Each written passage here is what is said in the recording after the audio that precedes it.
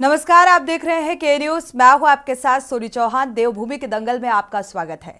शीतलहर का हवाला, गैरसैंण में सत्र टाला।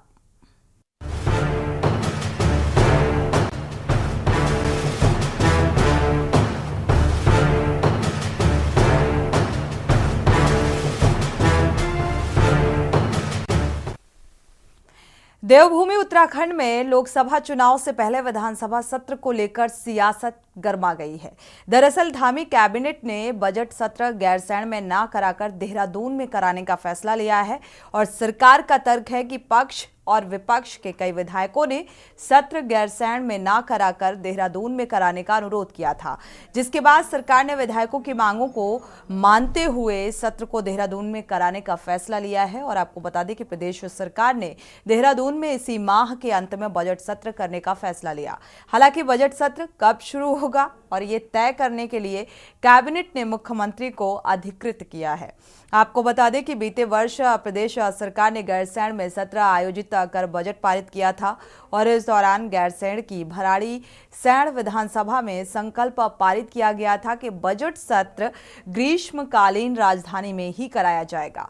इसके बाद भी सरकार ने देहरादून में सत्र कराने का फैसला लिया है। विपक्ष ने सरकार के इस फैसले का जमकर विरोध किया है। कांग्रेस का कहना है कि सरकार विधायकों का सहारा लेकर अपनी जिम्मेदारी से भाग रही है। कांग्रेस का कहना है कि गैरसैंण का विकास कांग्रेस के ही शासनकाल में हुआ और कांग्रेस ने टेंट में भी सत्र गैरसैंण में ही कराया। बीजेपी ठंड का हवाला देकर गैरसैंण में सत्र कराने से भाग रही है। बीजेपी ने सिर्फ गैरसैंण को ग्रीष्मकालीन राजधानी बनाकर अपनी जिम्मेदारी का पूरा मान लिया है। और आपको बता दें कि उत्तराखंड की ग्रीष्मकालीन राजधानी घोषित होने के बाद भी गैरसैंण से भराड़ीसैंण तक कोई सरगर्मी नहीं है।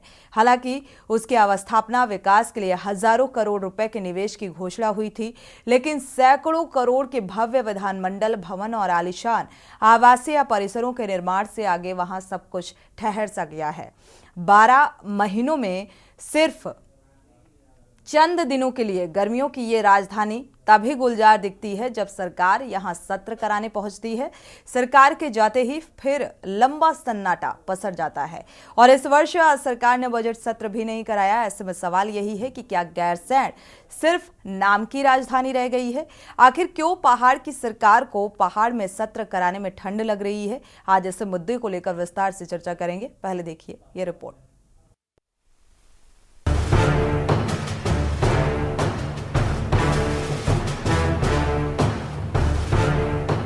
उत्तराखंड की धामी सरकार राज्य का मौजूदा बजट सत्र देहरादून में कराने जा रही है। मुख्यमंत्री पुष्कर सिंह धामी की अध्यक्षता में हुई कैबिनेट बैठक में ये निर्णय लिया गया है। सरकार का तर्क है कि पक्ष और विपक्ष के कई विधायकों ने सत्र गैरसैंण में न कराकर देहरादून में कराने का अनुरोध किया था, जिसके बाद सरकार ने विधायकों की मांग को मानते हुए सत्र को देहरादून में कराने का फैसला लिया है। बताया जा रहा है कि वर्ष 2024 और 25 का बजट सत्र गैरसैंण की भराड़ीसैंण विधानसभा में भी नहीं कराने के लिए पक्ष और विपक्ष हुए हैं। लगभग 40 से अधिक विधायकों ने भराड़ीसैंण में ठंड होने का हवाला देते हुए बजट सत्र देहरादून में करने की मांग रखी थी, जिसे सरकार ने मान लिया। हालांकि बजट सत्र कब शुरू होगा ये तय करने के लिए कैबिनेट ने मुख्यमंत्री को अधिकृत किया है। वहीं कांग्रेस ने सरकार के इस फैसले का विरोध किया है।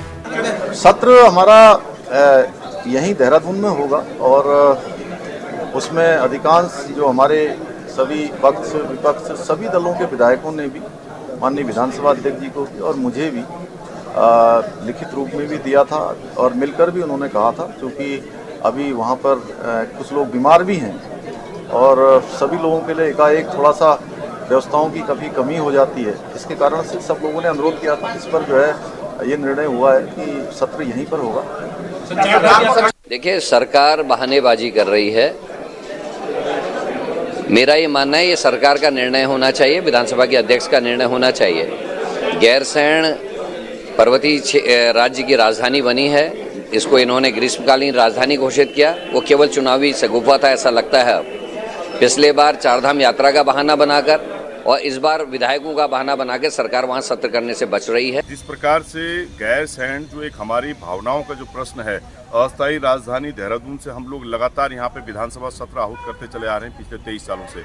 और जब गैरसैंण में सत्र कायदे में जो ग्रीष्मकालीन राजधानी जो घोषित हुई है, हम उसको पूरी स्थायी राजधानी की मांग कर रहे हैं। और मुझे बड़ा इस बात की पीड़ा हुई कि विधानसभा अध्यक्ष ने या शासन से या सरकार से कहाँ से इस बात की वो आई कि विधानसभा सत्र गैरसैंण में न होके वो देहरादून में ही आयोजित होगा, जबकि हमने सब जगह ये चीज़ चर्चा पर्चा चल चुकी थी कि अब जो बजट सत्र होगा वो गैरसैंण में होगा। तो कहीं ना कहीं राज्यानुकारी मंच के नाते या मैं कहूँ कि एक राज्यानुकारी होने के नाते जो गैरसैंण में जो सत्र होना चाहिए था वो एंड टाइम पे क्यों काट दिया गया, ये समझ में नहीं आ रहा है।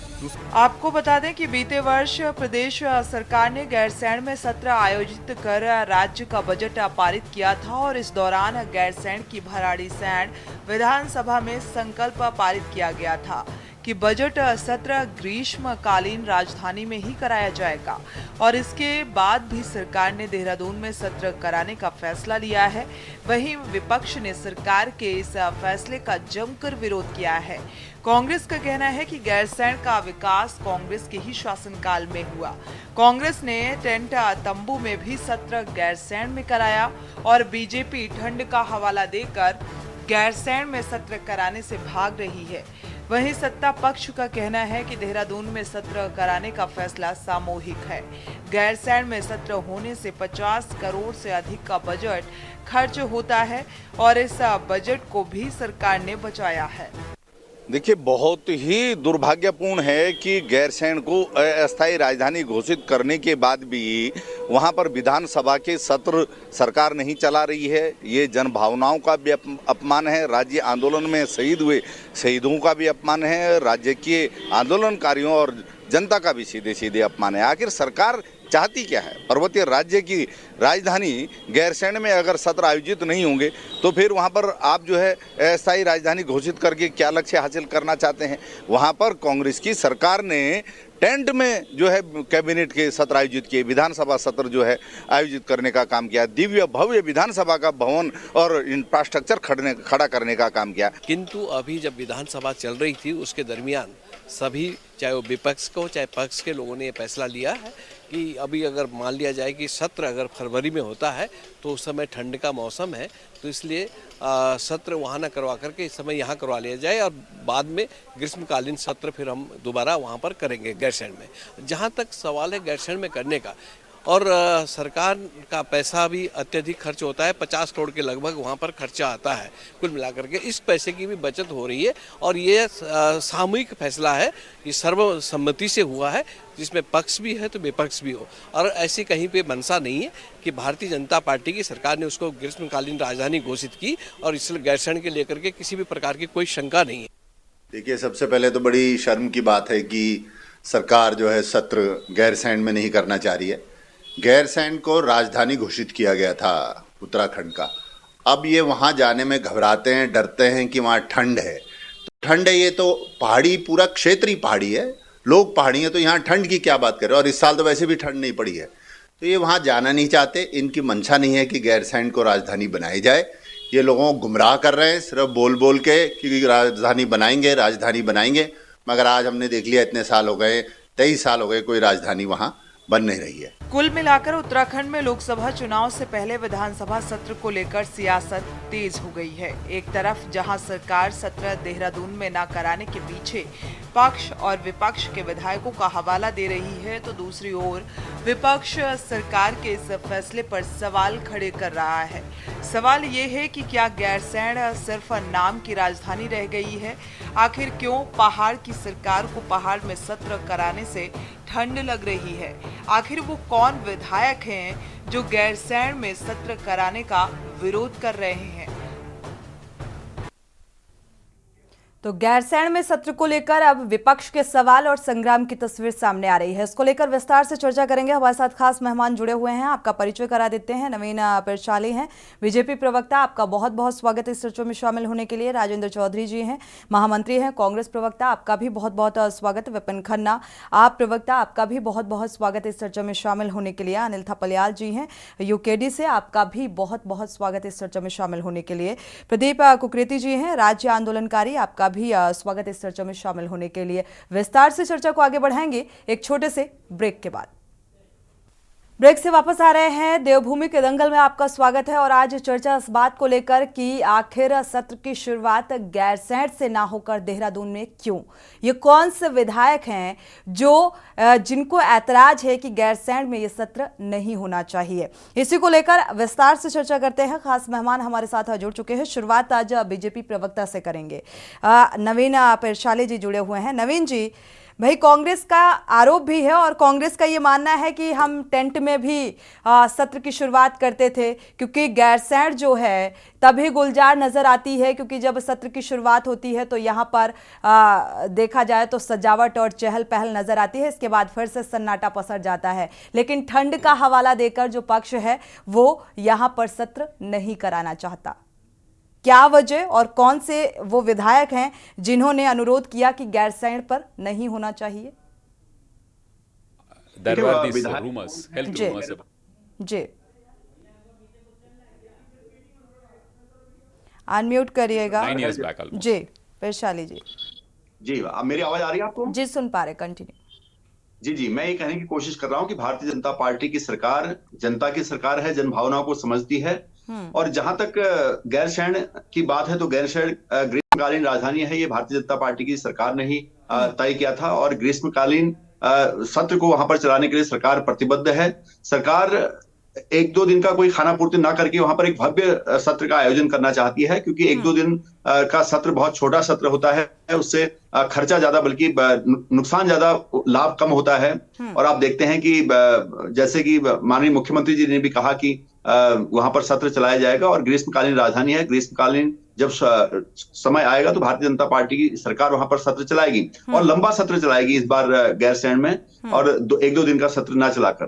तो ये हमें समझना पड़ेगा कि इस अगर हमने ग्रीष्मकालीन राजधानी बनाई है तो हम उसको पूरी तरह से उसका पालन करेंगे, सरकार पूरी तरह से पालन करेंगे। और माननीय मुख्यमंत्री जी ने भी कहा है कि ग्रीष्मकालीन सत्र वहां पर भव्य होगा।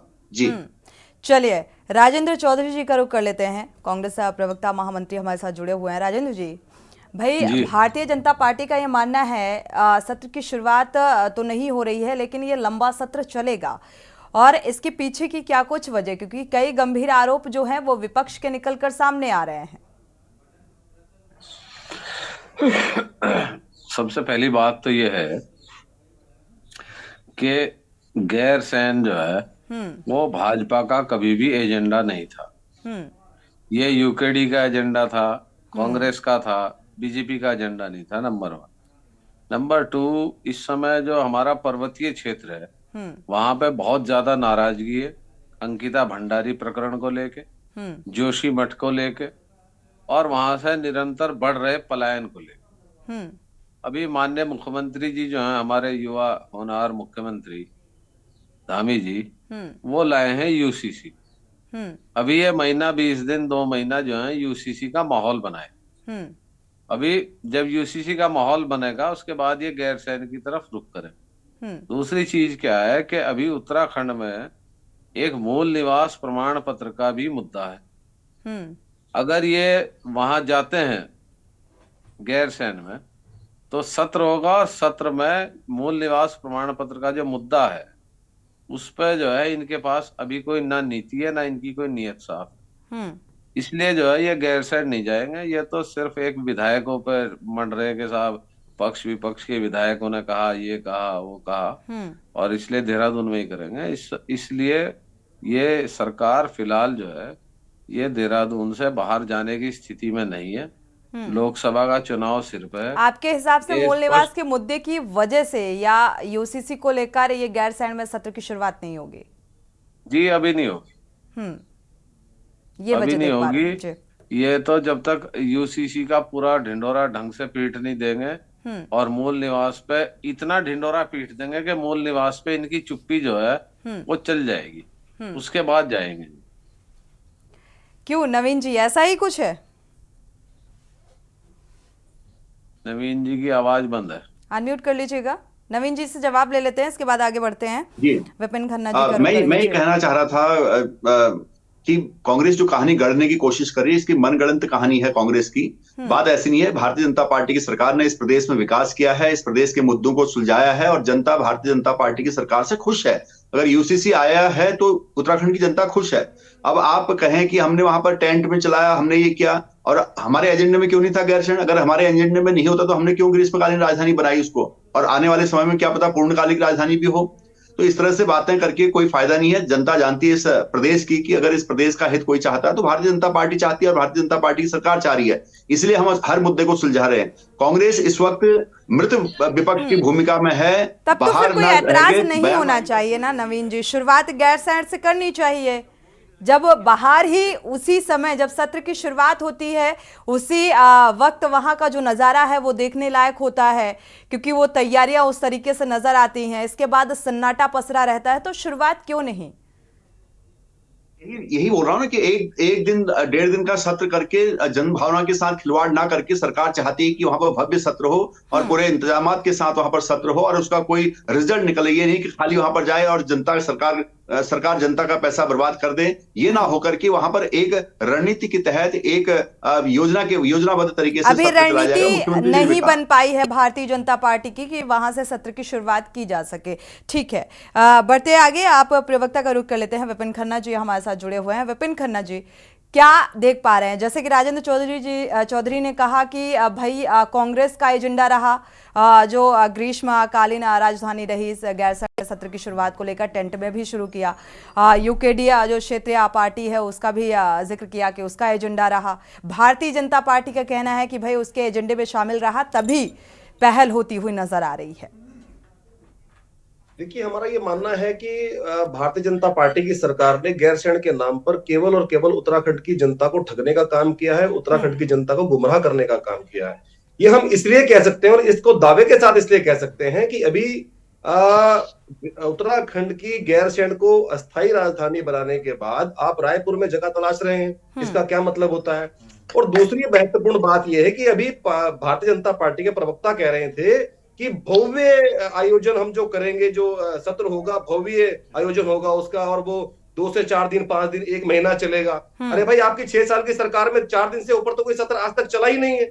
आप 50 करोड़ रुपए खर्च बताकर पूर्ण विराम लगा देना चाहते हैं राजधानी गैरसैंण के नाम पर। आप केवल जनता की भावनाओं के साथ खिलवाड़ कर रहे हैं।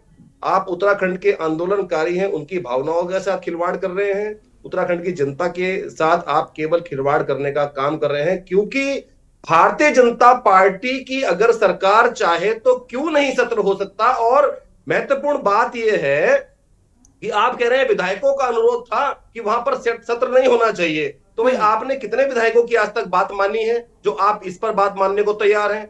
क्योंकि आप जनता की बातों का जवाब नहीं देना चाहते, जनता के सवालों से भागना चाहते हैं। सही बात है कि अगर आप गैरसैंण में जाएंगे तो वहां पर भू कानून की मांग होगी, वहां पर मूल निवास की मांग होगी, वहां अंकिता भंडारी हत्याकांड की बात होगी, वहां जोशीमठ की बात होगी, वहां बिजली पानी स्वास्थ्य सुविधाओं की बात होगी, सड़क की बात होगी, अस्पताल की बात होगी। लेकिन आपके पास उस बात का कोई भी जवाब नहीं है। आपके पास रह दे के केवल एक ही जवाब है कि हमने उत्तराखंड में यूसीसी लागू कर दिया, जिसकी किसी ने कभी मांग नहीं करी थी। जो मांग है उन सवालों से बचने का मात्र और मात्र उत्तराखंड की सरकार का ये प्रयास। चलिए, ये तमाम महत्वपूर्ण सवाल जो विपक्ष लगातार इन सवालों को उठा रहा है और वजह भी यही निकलकर सामने आ रही है कि गैरसैंण में सत्र ना कराए जाने के पीछे जो सत्ता पक्ष हवाला दे रहा है कि ठंड की वजह से सत्र नहीं कराया जा रहा है। विधायकों की राय शुमारी हुई है, उसके बाद ये डिसीजन लिया गया है कि देहरादून में इस सत्र की शुरुआत हो गई। हालांकि कई अहम महत्वपूर्ण सवाल निकलकर सामने आ रहे हैं। आगे रुख करेंगे प्रदीप कुकरेती जी का, लेकिन वक्त एक छोटे से ब्रेक का है। ब्रेक से वापस लौटेंगे तो आपका रुख करेंगे, चर्चा को आगे बढ़ाएंगे। ब्रेक से वापस आ रहे हैं। देवभूमि के दंगल में हम चर्चा कर रहे हैं कि आखिर क्यों पहाड़ की सरकार को पहाड़ में सत्र कराने से ठंड लग रही है, क्योंकि जो विपक्ष के सवाल निकलकर सामने आ रहे हैं। हमारे साथ अनिल थपलियाल जी का रुख करेंगे, खास मेहमान लगातार जुड़े हुए हैं। अनिल थपलियाल जी की प्रतिक्रिया भी ले लेते हैं इस मामले को लेकर। अनिल जी, क्या वजह, क्योंकि एक तरफ बजट को लेकर भी सवाल उठाए जा रहे हैं, क्योंकि सत्र की शुरुआत में करोड़ों का बजट लगता है, उसे बचाने की कोशिश कर रहा है सत्ता पक्ष, या फिर उन सवालों के जवाब नहीं है सत्ता पक्ष के पास? देखिए, ऐसा है कि सबसे बड़ी विडंबना ये है कि जो इनके विधायक हैं वो उसका वो अनुरोध कर रहे हैं अपने ही सरकार से, और विरोध भी कर रहे हैं कि वहां नहीं होना चाहिए। अनुरोध और विरोध दोनों चीजें हैं। भाई, राज्य का आंदोलन किस लिए यूकेडी ने या अन्य राज्य आंदोलनकारियों ने जो शहीद हुए और जिनके सपने अभी भी अधूरे हैं, उन्होंने किस लिए किया था? ये तो सरासर पहाड़ का अपमान है कि पहाड़ के हित में, यानी पहाड़ की भाषा बोली और पहाड़ का अपमान है ये। और आपने इतना बड़ा राजभवन काहे के लिए बनाया वहां पे? करोड़ों का, वो तब नहीं था जब वहां पे इतना पैसा लगा है। तब वो किस लिए बनाया है? चिड़ियों का घोंसले के लिए या स्टे होम बनाया उसको क्या? कि जो अनुरोध और विरोध, अनिल थपलियाल जी, आपने कहा अनुरोध और विरोध करते हुए विधायक नजर आ रहे हैं, क्या कुछ विधायकों के नाम आप बता सकते हैं क्या? मैं विधायकों के नाम क्यों बताऊं? ये खुद ही कह रहे हैं हमारे विधायकों ने मना किया, तो कितने विधायक हैं ये बताए ना। नहीं, उसमें विपक्ष के भी विधायक शामिल हैं। विधायक हैं भाई, उत्तराखंड के सीएम का जो वक्तव्य सामने आया या जो सुना चर्चा की शुरुआत में, उन्होंने कहा कि पक्ष और विपक्ष के विधायकों का जो अनुरोध सामने आया, उसके आधार पर यह डिसीजन लिया गया कि अब देहरादून में यह सत्र कराया जाएगा। तो नवीन जी से भी पूछेंगे कि भाई वो कौन से पक्ष के विधायक हैं और कौन से विपक्ष के विधायक हैं जिन्होंने अनुरोध किया? वालों ने तो मुझे लगता नहीं कहा होगा, क्योंकि हमारे विधायक अगर वहां संसद में क्या नाम विधान भवन में होते तो हम बताते कि भाई हाँ वास्तविक में किसने कहा किसने नहीं कहा। पक्ष ने कहा होगा, कारण उसका बहुत बड़ा है। वहां पे 3 जो मूल ज्वलनशील मुद्दे हैं उत्तराखंड के, जो आज नहीं, राज्य बनने से पहले, राज्य बनने के बाद भी उत्तराखंड क्रांति दल के रहे हैं। गैरसैंण अस्थायी राजधानी हमारा मूल मुद्दा था, भू कानून हमारा मूल मुद्दा था, और मूल निवास 1950 यूकेडी का ये एक बेस रहा है कि भाई इस पे हमने आंदोलन किया था। राज्य, एक समृद्ध राज्य की मांग की थी और पहाड़ों के लिए किया था। ये नहीं कहा था कि प्रदेश की राजधानी यहाँ हो। ये भी जानकारी में आपके होगा कि ये देश का 5वां राज्य है जहां 2-2 राजधानियां चल रही हैं। लेकिन उन जो अन्य प्रदेश हैं, उन प्रदेशों में तो पता भी चल रहा है कि भाई 2 राजधानियां चलती हैं। यहाँ तो पता ही नहीं है ना, केवल ग्रीष्मकालीन घोषित कर दी है और उसके बाद 1-2 सत्र जो अहम सत्र थे वो नहीं हो रहे हैं वहां पे, और जो चर्चाएं होनी चाहिए वो वहां होनी चाहिए। पहाड़ के मुद्दे, पहाड़ के पानी की, पहाड़ की हुकूमत की, पहाड़ के अन्य चीजों की, सारी जो भी चीजें पहाड़ से संबंधित हैं वो विधान भवन क्या नाम है गैरसैंण में होनी चाहिए थी। हमारी तो यही मांग है और हम यही कहेंगे कि वर्तमान सरकार से कि ये इसका बिल्कुल भी कतई हम समर्थन नहीं करते हैं। और कौन से भी विधायक, इनके कौन कौन से विधायक हैं जो विधायक अनुरोध कर रहे हैं, तो फिर जनता का अपमान नहीं है ये, पहाड़ की जनता का अपमान है, ये सरासर अपमान है। और मेन मकसद इनका न करने का ये है, वहां पे जाएंगे तो जब भी, जैसे अभी कांग्रेस के प्रवक्ता जी कह रहे थे, सही कह रहे थे, पर मोटा मोटा मैं बता दूं कि इन्होंने जो है वहां पे ज्वलनशील मुद्दों पे चर्चा होगी तो उनका जवाब इनके पास है नहीं, ना सॉल्यूशन है। तो वहां पे धरना प्रदर्शन कई चीजें होंगे। क्यों कि गैरसैंण एक मिड स्थान है, वो पहाड़ का, मतलब गढ़वाल कुमाऊं का सेंटर है वो। तो लोगों के जो शहीद हुए हैं हमारे राज्य के आंदोलनकारी, उनके सपने भी थे कि वहां पे राजधानी बने, और प्रयास भी हुए हैं वहां पे कि वो राजधानी बने और वहां से चर्चा हो और पहाड़ की समस्याओं का समाधान वहां से हो। लेकिन ये दुर्भाग्य है उत्तराखंड का कि जो आज तक अस्थायी राजधानी नहीं बन पाई, तो विकास कहां से होगा जब सोच देखे इनकी ऐसो आराम इनको चाहिए। चलो, अस्थायी राजधानी में भी संशय है क्या, इसका जवाब लेंगे नवीन। जैसे प्रदीप कुकरेती जी का रुख कर लेते हैं, आंदोलनकारी, राज्य आंदोलनकारी हमारे साथ जुड़े हुए हैं। प्रदीप कुकरेती जी, इसके पीछे की मंशा, जो आरोप विपक्ष के निकलकर सामने आ रहे हैं, अनिल जी आपकी बात पूरी हो गई, प्रदीप जी का रुख करेंगे, आपकी प्रतिक्रिया, क्या वजह देख पा रहे हैं? देखिए मैडम, निश्चित रूप में प्रदेश का गठन जिस परिप्रेक्ष्य में किया गया था, आप ये देखिए कि विशेषकर जो 9 जिले इस उत्तराखंड के लिए, जिसके लिए आंदोलन मुख्य रूप से हुआ था, आज 23-24 वर्षों के बाद भी उसमें अब हम क्या कहें, क्योंकि इसमें कुछ ब्यूरोक्रेसी और कुछ जनप्रतिनिधियों का ही खेल चला आ रहा है। ये अब नहीं है, ये पिछले लंबे समय से ये है, चाहे किसी की भी सरकार रही हो, मैं किसी सरकार का नाम नहीं लूंगा, इसमें कुछ जनप्रतिनिधि और कुछ ब्यूरोक्रेट जो हैं वो इसमें जो चक्र घिन्नी बनाए हुए हैं प्रदेश की, और आज वही 9 जिले हाशिए पे आ गए हैं। आज 4 जिलों में इतना दबाव है कि स्वयं चाहे वो मेरे मूल जिले से अगर मैं कहूं कि वहां से भी जो पलायन हो रहा है या अल्मोड़ा से जो पलायन हो रहा है, वो कहीं ना कहीं आके हल्द्वानी पे जैसे दबाव डाल रहा है, देहरादून पे जो दबाव डाल रहा है, उधम सिंह पे जो दबाव डाल रहा है, हम आपस में ही एक मतलब आने वाले समय में जीवन संकट का होने वाला है। तो बजाय जब ये पहला प्रदेश था जिसमें कि राजधानी पहले तय कर दी गई थी गैरसैंण, और आज जिस प्रकार से मुझे जब पढ़ा, कल मुझे जब सूचना मिली किसी पत्रकार महोदय से, तो बड़ा मुझे झटका लगा, और मैंने लोगों को बड़े दम भर के कहा, जब विधानसभा चल रही थी, मैंने कहा भाई अगला सत्र जो है फरवरी लास्ट में गैरसैंण में होना है, ताकि जो है ग्रीष्मकालीन जो है उस समय होगा, और फिर क्योंकि लगातार लॉ एंड ऑर्डर जिस प्रकार से जो है आचार संहिता वगैरह सब रहेगी वो वहां पे कंडक्ट होगा। अब जब इतनी, मैं कह रहा हूं कि बहुत अच्छी बात कही विधायकों ने, जिसने भी कही होगी कि ठंड की वजह से वहां नहीं जाएंगे, मैं उनकी बात को सर्वोपरि मानता हूं मैं, या जिस अधिकारी ने अगर किसी शासन ने सचिव ने कही होगी अच्छी बात है, लेकिन मैं साथ में ये कहना चाह रहा हूं जो आदमी वहां पूरे जीवन से वहां जीवन बिता रहे हैं, उनके लिए ठंड क्या विशेष रूप से कोई किसी बैलून में रहते हैं वो, आप उसकी कल्पना कीजिए ना। या जो वहां अधिकारी, चाहे वो डीएम है, एसएसपी है, कप्तान है, सिपाही है, चपरासी है, बाबू है, कोई भी एनीवन। और दूसरी बात मैं आपको एक और बता देता हूं, खासकर पहाड़ के परिप्रेक्ष्य में, जब पहाड़ पे कोई मकान बना दिया जाता है, और वो तो हमारा पूरा व्हाइट हाउस है, व्हाइट हाउस को फेल करता है गैरसैंण का जो हमारा विधान भवन जो बना हुआ है, इसमें कहने में कोई गुरेज नहीं है। आप जब उसको बंद रखेंगे, वो डंप रहेगा, तो डंप बिल्डिंग जल्दी टूटती है, जल्दी जो है खराब हो जाती है, फिर उसमें मॉइस्चर आएगा, फिर कोई नया ठेकेदार आएगा, किसी सचिव को उसके बहाने से किसी को उसको ठेका दिलाया जाएगा, कोई जनप्रतिनिधि दिलाएगा। लेकिन होता क्या है कि इसमें नवीन जी को यहाँ देना पड़ेगा। हो सकता है अंदर से नवीन जी चाह रहे होंगे यार ये तो गड़बड़ हो रहा है, लेकिन जब क्योंकि पार्टी को भी बचाना है, सरकार को भी बचाना है, तो निश्चित रूप में उनको उसकी पक्ष की बात रखनी पड़ेगी। लेकिन सत्यता ये है कि वहां पे अगर 2-3 दिन रहते, तो एक जो है अंदर मॉरल सपोर्ट होता है उसके लिए मॉरल सपोर्ट होता है, जो वहां कर्मचारी होते हैं, जो वहां की जनता होती है। अगर हल्का धरना प्रदर्शन नहीं होगा तो लोकतंत्र की तो ये पहचान है।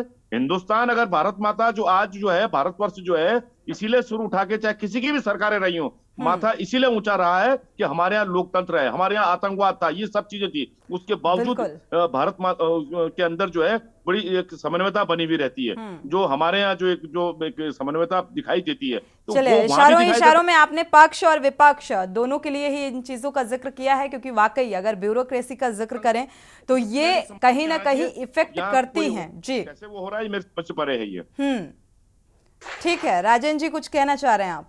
जी, इसके बाद नवीन जी का रुख करेंगे। मेरा कहना यह है, मैं भाजपा के अपने साथी को कहना चाहूंगा आपके माध्यम से, अगर भाजपा की नीयत साफ है तो जो सत्र ये देहरादून में बुला रहे हैं, उसके लिए जो एजेंडा बना रहे हैं, उसमें एक व्हाइट पेपर जारी करें कि हम मूल निवास को शामिल करेंगे, भू कानून का प्रस्ताव पास करेंगे, अंकिता भंडारी पे जो है जो जांच गलत सलत होगी उसे ठीक करें। चलिए, ये तो काफी समय से ये मांग की जा रही है विपक्ष की तरफ से, कांग्रेस की तरफ से काफी समय से ये मांग की जा रही है। श्वेत जी, नवीन जी, इन सवालों के जवाब नहीं है, आते हैं राजन जी, आपका रुख करेंगे। नवीन जी, इन सवालों के जवाब नहीं है पक्ष के पास, ये वजह है या फिर बजट बचाए जाने की एक कोशिश है, और जो बजट बचेगा उसका यूटिलाइज कहां किया जाएगा, किस विकास कार्य में किया जाएगा? देखिए, हमारे पक्ष के पास सभी सवालों के जवाब हैं।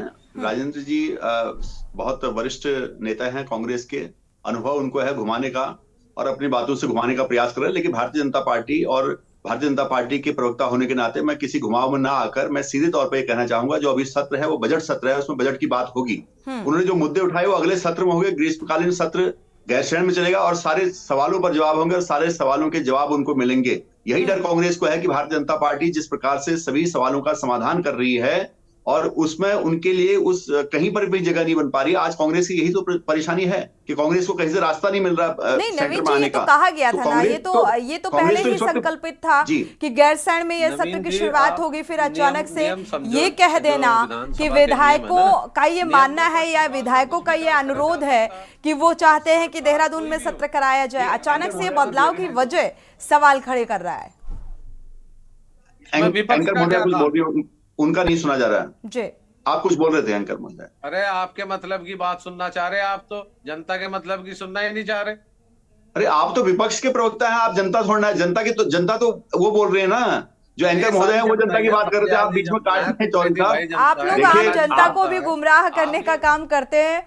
और यहाँ पर सवाल मेरा सीधा सीधा था, नवीन जी आपसे था। राजन जी आपका रुख करेंगे तो आप बोलिएगा, आपसे आपका रुख करेंगे तो आप अपनी बात को पूरा कर लीजिएगा। 2 सेकंड जी राजन जी, राजन जी आपका रुख करते हैं, आप अपनी बात को पूरा कर लीजिएगा। नवीन जी से हमारा सवाल था, नवीन जी क्या इन सवालों की जवाब नहीं, क्योंकि ये पहले संकल्पित था कि भाई गैरसैंण में ये सत्र की शुरुआत होगी, लेकिन अचानक से ये बदलाव और ये कह देना कि ठंड का हवाला देना। अभी आंदोलनकारी जो राज्य आंदोलनकारी प्रदीप कुकरेती जी ने कहा कि भाई वहां पर और भी लोग हैं, क्या उनको ठंड नहीं लगती? उन्होंने बहुत सारी महत्वपूर्ण बातें कही हैं, आपने बारीकी से सुना होगा। बिल्कुल जी, आप बहुत अच्छा कह रहे हैं। देखो राज्य आंदोलनकारी है, राज्य के लिए संघर्ष किया है, उनका सम्मान है, और उन्हें बात सही कही कि जो लोग पहाड़ों में रहते हैं, हम भी पहाड़ से आते हैं, तो वहां रहने वाले लोगों के लिए तो हमेशा मौसम वैसी है, तो फिर यहां से लोग क्यों नहीं जा सकते? सवाल इस पर है। मैं ये कहना चाह रहा हूं कि 1 दिन 1.5 दिन के सत्र को चलाने के लिए इतनी बड़ी राशि को खर्च करना मेरे समझ में अभी उतना उचित नहीं है, राज्य की जिस हिसाब से स्थिति है। और हमारी सरकार ये कह रही है कि हम खाना पूर्ति ना करके वहां पर एक भव्य सत्र चलाएंगे, ग्रीष्मकालीन राजधानी है, उसका बजट बचाए जाने को मुताबिक लेकर ग्रीष्मकालीन सत्र वहां पर चलाया जाएगा, तो इसमें ये बजट अगर कोई बचाया कोई आफत नहीं जाएगा, है। क्योंकि 50 करोड़ समथिंग खर्च होता है अगर इस सत्र की शुरुआत होगी, बजट सत्र की गैरसैंण में, और अगर उस बजट को बचाने की कोशिश है पक्ष की, तो उस बजट का यूटिलाइज कहां पर किया जाएगा, किन विकास कार्यों में किया जाएगा? देखिए अभी तो उत्तराखंड में चहुमुखी विकास कार्य हो रहे हैं, महिला सशक्तिकरण का कार्य अलग हो रहा है, उनको सशक्तिकरण करने के लिए हो रहा है, इंडस्ट्रियलाइजेशन का यहाँ पर चल रहा है, उसके लिए हमें इंफ्रास्ट्रक्चर बनाना है, हमारी सड़कें चाहिए, गाँव में सब सड़कों की डिमांड हो रही है, बहुत सारी सड़कें बना देगी, अभी जो बनी है उनको और बनाना है, सरकार ने पूरा लक्ष्य तय करना है, सबको सड़क देना है, सबको घर घर पानी देना है, तो सारी तो मुहैया करानी है। क्या मिला जनता को आज तक? कुछ भी नहीं मिला। हमारी सरकार उस सबको देने की कोशिश कर रही है जिसके लिए हमने उत्तराखंड मांगा था, और उस संकल्प को पूरा करने के लिए और राज्य आंदोलनकारियों के सपने का उत्तराखंड बनाने के लिए स्थायी राजधानी को लेकर माननीय संशय मुख्यमंत्री जी है, लगातार तभी ये स्थितियां बनती हुई नजर आ रही हैं। बाहर कितनी मेहनत उनकी चल रही है, और चाहे यहाँ पर ग्लोबल इन्वेस्टर समिट कराने से लेकर यूसीसी लागू करने तक हो, या महिला सशक्तिकरण के लिए पहल हो, हर चीज में हमारी सरकार आगे आ रही है, और मैं समझता हूँ कि सरकार बहुत काम कर रही है। इसी बजट का इस्तेमाल किया जाएगा इन सभी चहुमुखी विकास के लिए, इसी बजट का इस्तेमाल किया जाएगा। जी बिल्कुल, बजट बचता है तो उसका विकास के कार्यों के लिए ही किया जाएगा। कांग्रेस की सरकार तो है नहीं कि कहीं पर उड़ा लिया जाए। राजन जी नहीं, मैं तो धन्यवाद दूंगा नवीन भाई का कि इन्होंने अभी कहा कि आज तक उत्तराखंड में विकास नहीं हुआ, नंबर 1। नंबर 2, ये जो पैसे बचेंगे ये पैसे दिल्ली जाएंगे या क्या नाम यहाँ के कार्यालय बनेंगे, अभी 2, 4, 5, 10 और ये मैं यही तो बोल चुका, आपकी जो पार्टी थी बजट को वापस घुमाने की, वो यहाँ पर नहीं होता, यहाँ विकास कार्य में लगाया। मैं यही तो बोला, आपने मेरी बात को सत्य कर दिया, आपने मेरी बात को मोहर लगा दी। देखिए क्या होता है कि कांग्रेस का यही हाल है, कांग्रेस कहीं पर कोई बात उठती है उसको मोहर लगा देती है। दुष्यंत कुमार जी ने एक बयान दिया था, एक छोटी सी बात में बयान दिया था, उसको खड़गे जी ने मोहर लगा दी, राहुल गांधी जी ने मोहर लगा दी। आज मैंने एक छोटी सी बात कही कि कांग्रेस का ये रहा है कार्यकाल में कि पैसे को घुमा देना, वो उन पर राजेंद्र चौधरी जी ने मोहर लगा दी है। मेरी बात को मोहर लगा दी आपने। आपकी सरकार में होता था पैसा इधर उधर जाना, हमारी सरकार में 1 रुपए का भी गड़बड़ी नहीं होती है। 1 रुपए की गड़बड़ी, 1 रुपए का भ्रष्टाचार भारतीय जनता पार्टी की सरकार में नहीं हो सकता। ठीक है नवीन जी, आपने कहा जो बजट में पैसे खर्च होंगे, ठीक है। राजन जी अपनी बात को पूरा कर लीजिए। नवीन जी इसके बाद आपका रुख करेंगे, आप अपनी बात को रखिएगा। जी राजन जी, आपने सारा पैसा खाया है, आपने जो गड्ढे बनाए थे उनको हमारी सरकारों ने भरा है। आज इस प्रदेश में विकास हो रहा है। माननीय मुख्यमंत्री जी का जो लक्ष्य है 2025 तक इस प्रदेश को अग्रणी राज्य बनाने का, उस लक्ष्य को लेकर भारतीय जनता पार्टी की सरकार चल रही है, और हम उसको करने के लिए तत्पर हैं, हम करेंगे। और गैरसैंण में भव्य सत्र होगा, गैरसैंण में जनता की जनभावना के अनुरूप सत्र होगा चौधरी साहब, लेकिन कांग्रेस का बस का कुछ नहीं होगा, जब कांग्रेस नकार दी गई है। ठीक है नवीन जी, लेकिन शुरुआती दौर में एक सवाल भी पूछा था, उसका जवाब आपने नहीं दिया। अभी आप कांग्रेस के कार्यकाल में वो खाई इतनी गहरी हो गई कि आपको वो पाटते पाटते इतना वक्त बीत गया। आप बजट सत्र में जो बजट लगने वाला है 50 करोड़ समथिंग, उसका यूटिलाइज आप इस तरीके से करेंगे। स्मार्ट सिटी परियोजना के तहत भी सवाल विपक्ष उठा रहा है, ये तमाम चीजें निकलकर सामने आ रही हैं। हमारे साथ राजन जी, आपकी बात पूरी हो गई? ना मूल निवास की जो राजन एंकर जी, महोदय कुछ बोल रही है, उनको नहीं सुन पा रहे हैं आप। एंकर महोदय भी वही कह रही जो हम कह रहे हैं। जनता की राजन बात जी, तो कह रही हम है किसी एंकर भी भी। पार्टी का आप अपनी प्रतिनिधित्व पार्टी की न बात करने कर के रहे लिए हैं। नहीं सवाल बैठे करने की हैं, चाहिए। आप अपनी ना पार्टी ये की बात बकवास करें, सुनने जनता के की बात लिए। को तो आप सुन ही नहीं रहे। नवीन जी, जब आपका रुख करेंगे तब आप बोलिएगा। राजन जी, जब आपका रुख करेंगे तब आप बोलिएगा। ऐसे कुछ भी समझ में नहीं आ रहा है। जी जी जी आप प्रवक्ता भी बैठे हुए हैं, विपिन खन्ना जी क्या रुख कर लेते हैं। विपिन खन्ना जी, क्योंकि कई सवाल, जैसा कि अभी नवीन जी ने कहा कि भाई ये जो बजट बचेगा, क्योंकि 1 से 1.5 दिन में क्या सत्र की शुरुआत होगी, कौन से अहम मुद्दों पर चर्चा होगी, इसलिए ये डिसीजन, तमाम तरीके की बातें निकलकर सामने आ रही हैं। अब बजट करोड़ों का खर्च, उसमें जो उसी बजट में अगर ये बजट बचाया जाता है, क्योंकि विपक्ष आरोप लगा रहा है, तो उसमें विकास कार्य कराए जाएंगे, इस बात से कितना इत्तेफाक रखते हैं? देखिए, अगर भारतीय जनता पार्टी एक बात करे तो उस पर विश्वास करने लायक बात हो सकती है, अगर एक पक्ष की भारतीय जनता पार्टी बात करे, क्योंकि अलग अलग बातें ये लोग कह रहे हैं। कभी ये कहते हैं विधायकों ने अनुरोध किया है कि हमें ठंड लग रही है तो हम गैरसैंण नहीं जाना चाहते। दूसरी ओर ये कहते हैं कि हम गैरसैंण में सत्र इसलिए नहीं करवाना चाहते क्योंकि 50 करोड़ रुपए की बचत होगी। क्या नवीन जी ये बताएं, 50 करोड़ रुपए की वहां बचत कर लेंगे, यहाँ पर क्या फ्री में हो जाएगा सत्र? दूसरी बात, आप 50 करोड़ रुपए बचाने की बात करते हैं और साथ साथ आपने ये भी एक्सेप्ट कर लिया आज चैनल के माध्यम से कि राज्य की माली हालत खराब है, राज्य कर्ज में डूब चुका है, ये भी आपने मान लिया। दूसरी चीज, अभी आपने कितने राज्य मंत्रियों की नियुक्ति करी उत्तराखंड शासन में? क्या उनको आपने जो सुविधाएं दी उसमें आपका खर्चा नहीं हुआ? तब तो आपने बचाने का प्रयास नहीं किया। केवल गैरसैंण के नाम पर आप 50 करोड़ रुपए का ढिंडोरा पीट रहे हैं कि वो बच जाएगा तो माली हालत सुधर जाएगी, तो वो विकास कार्यों में लग जाएगा। जो आप राज्य मंत्रियों को सुविधाएं दे रहे हैं, उनको नौकर चाकर दे रहे हैं, उनको गाड़ियां दे रहे हैं, ड्राइवर दे रहे हैं, बंगला दे रहे हैं, उनके ऊपर 2-2 लाख रुपए महीने का खर्च कर रहे हैं, क्या वहां पर सरकार का पैसा खर्च नहीं हो रहा? क्या वहां जनता की गाड़ी कमाई खर्च नहीं हो रही? एक बात रखिए, या तो आप कहिए हम सत्र कराना नहीं चाहते हैं, या बात करिए कि भाई विधायक वहां जाना नहीं चाहते हैं। दो पक्ष की बात मत करिए। कभी आप कहते हैं पैसा बचेगा, कभी कहते हैं विधायकों ने मना कर दिया है। सच्चाई ये है कि भारतीय जनता पार्टी जनता और विपक्ष के सवालों से बचना चाहती है और गैरसैंण नहीं जाना चाहती। ये उत्तराखंड की जनभावनाओं के साथ केवल और केवल खिलवाड़ कर रही है भारतीय जनता पार्टी, क्योंकि भारतीय जनता पार्टी की सरकार अगर चाहे तो सत्र वहां पर करने से इनको कोई नहीं रोक सकता, चाहे वो स्वयं मुख्यमंत्री ही क्यों ना हो, वो भी नहीं रोक सकते। क्योंकि विधानसभा अध्यक्ष अगर कहें कि हमें गैरसैंण में सत्र करवाना है तो गैरसैंण में ही सत्र होगा। कोई ठंड नहीं हो रही है, फरवरी मिड हो चुका है, पूरी गर्मी हो चुकी है और कोई ठंड नहीं। और अगर ठंड इतनी लग रही है तो मैं समझता हूं विधायकों को अपनी विधायकी छोड़ देनी चाहिए, इस्तीफा दे देना चाहिए और अपने घर में बैठे और हीटर में जो है आनंद लें और जनता को जरा बख्शने का काम करें विधायक।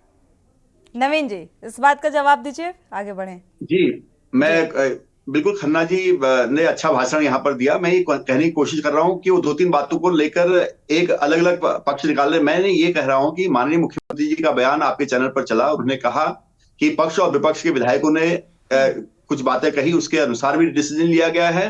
और जो इस सत्र में खर्च आता है, आप देखिए कि यहाँ अगर देहरादून में सत्र होगा तो यहाँ पर सुविधाएं पहले से बनी है, वहां ट्रांसपोर्टेशन और पूरा उसका बहुत सारा खर्च आता है, तो उसको बचाने की भी कोशिश इसमें हो रही। तो दोनों बातें कितना डिफरेंस आएगा, कितना डिफरेंस आएगा जो करोड़ों की लागत?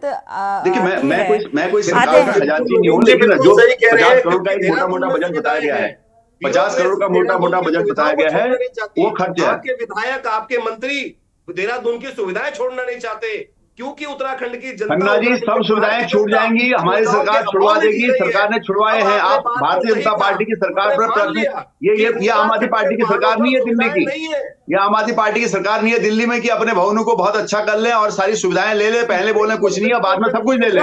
हमारी सरकार मिनिमम गवर्नमेंट मैक्सिमम परफॉर्मेंस पर चलती है। हमारी सरकार मिनिमम गवर्नमेंट मैक्सिमम।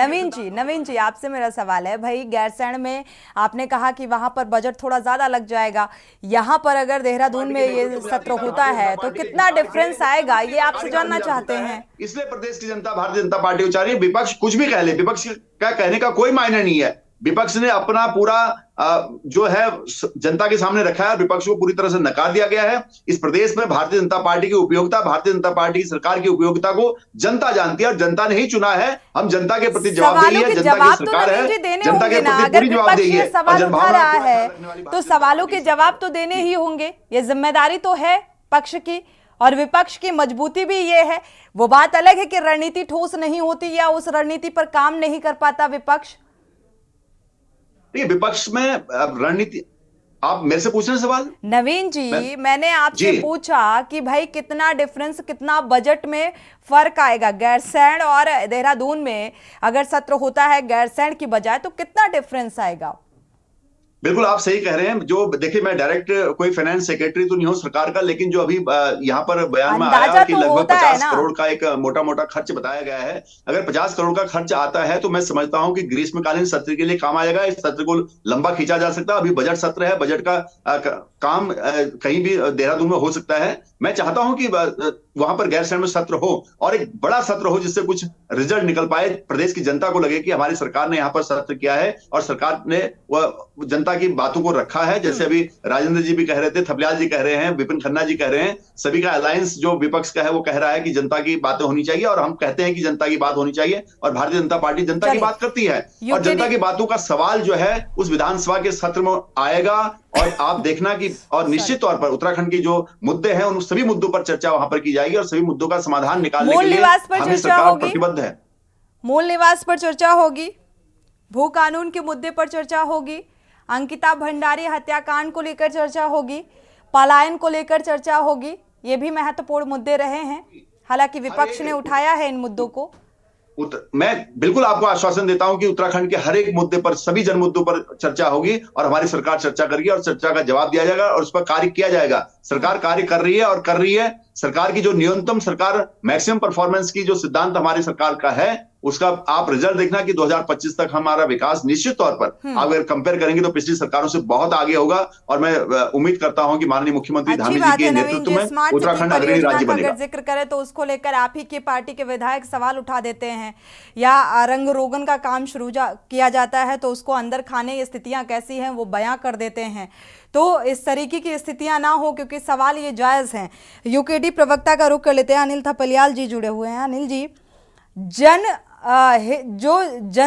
जनता से जुड़े हुए मुद्दे हैं उन पर बात की जाएगी, तो मुझे लगता है विपक्ष को ऐतराज नहीं होना चाहिए।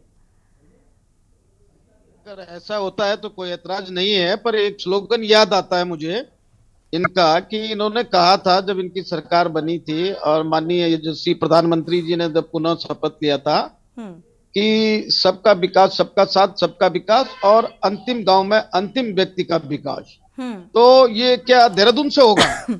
देहरादून राजधानी से होगा क्या कि गैरसैंण से होगा? पहाड़ की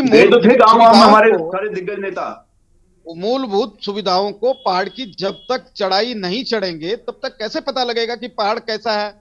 और जो विधायक विरोध कर रहे हैं या अनुरोध कर रहे हैं कि साहब, चाहे वो पक्ष हो चाहे वो विपक्ष, आप कह रहे विपक्ष का, तो मैं नहीं मानता, पक्ष का ही अनुरोध होगा, क्योंकि ठंड इनको है। तो राजधानी की लड़ाई राज्य की देहरादून के लिए, इसके लिए थोड़ी था, ये तो हमारे तराई क्षेत्र है, इनके लिए थोड़ा ही था। हमारा तो पहाड़ के लिए था। पहाड़ में जौनसार भाबर आ गया, पहाड़ में कुमाऊं आ गया, पहाड़ में गढ़वाल आ गया। 3 मंडल, 2 मंडल है हमारे, तीसरा बनाया ही नहीं। जब 3 मंडल तक घोषित नहीं कर पाए, कई राज्य आपने ये भी देखे होंगे जो हमारे राज्य के साथ गठन हुआ था उनका, और किसी के 8 जनपद थे और 8 जनपद वो लेकर के 30 जिले बन गए हैं। किसी के 16 थे तो 24 जिले बन गए हैं। तो कम से कम एक मंडल तो बना दो छोटा सा, ये भी नहीं हो पाया। तो जो मूलभूत सुविधाएं हैं उनको कैसे जानेंगे कि केवल चर्चा होगी डिबेट में कि पहाड़ की समस्याएं क्या हैं, पहाड़ में किन किन चीजों की जरूरत पड़ती है, पहाड़ के लोग किन विषम परिस्थितियों से यहां तक पहुंचते हैं, ये तब जानेगा वहां। और जो विधायक अनुरोध और विरोध कर रहे हैं, तो क्या वो विधायक बाहर के हैं? वो इसका मतलब पहाड़ से नहीं है, वो खरीदे हुए विधायक है इनके। या तो उन विधायकों को इस्तीफा देना चाहिए जब संबंधित क्षेत्र से है और वो कह रहे हैं कि पहाड़ में जाने से हमें ठंड लगती है। तो जो लोग वहां के स्थानीय निवासी हैं वो तो बर्फीले इलाके में है, कई जगह हमारे पिथौरागढ़, हमारा जोशीमठ, हमारा उत्तरकाशी, हमारा टिहरी, कई जगह ऐसी है इसके जहाँ बाद बर्फ प्रदीप जी पड़ती का है। रुख वो लोग करेंगे, जी। कैसे हैं? तो क्या वो अपनी हर सुख सुविधा के लिए देहरादून आएंगे?